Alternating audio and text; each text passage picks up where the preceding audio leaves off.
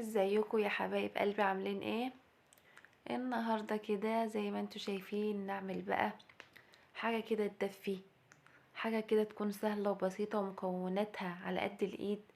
زي ما احنا شايفين كيكه حلوه مع كوبايه شاي بحليب كده، طبعا على الصبح كده حاجه تحفه، واحنا قاعدين بالليل كده برضو بتبقى احلى واحلى.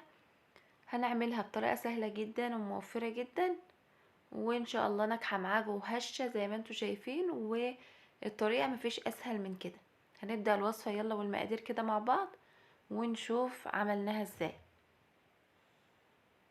معانا طبعا الخلاط بتاعنا، حطينا فيه بيضتين، نص كوبايه من السكر، نص كوبايه من اللبن، ربع كوبايه من الزيت، وهنضربهم طبعا.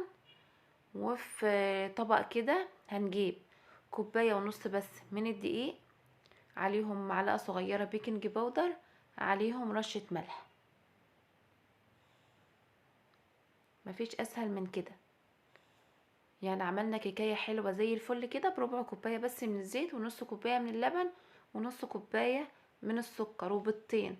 ممكن بيضة واحدة، ولو البيضة كبيرة تخلوها بيضة واحدة، مفيش مشكلة. هنقلب كده الخليط كده، وهنكون بطلنا القارب بتاعنا بالسمنة والدقيق زي ما احنا متعودين. طبعا احنا مشغلين الفرن من قبل ما نبدأ في الكيك.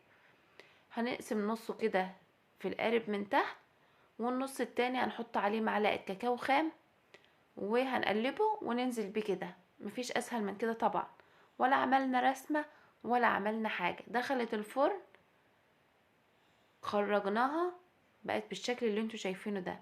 الرسمة لوحدها اتعملت من غير تعب، من غير مجهود، من غير اي حاجة.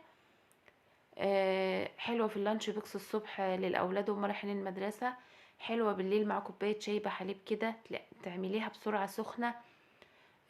ريحة طبعا الكيك وريحة الفرن وهو شغال في البيت بتدي دفى وبتدي طعم، وبتحسسك كده انك انت بتعملي حاجة حلوة لأولادك.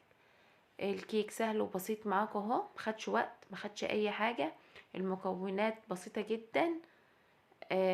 يا رب تكون الوصفة خفيفة وتكون عجبتكم، وان شاء الله بقى آه تحطوا لي لايك وشير وتشتركوا في القناة، واشوفكم كده على خير في وصفات تانية على قد الايد وسهلة وبسيطة، وان شاء الله تنال اعجابكم، واشوفكم على الف خير.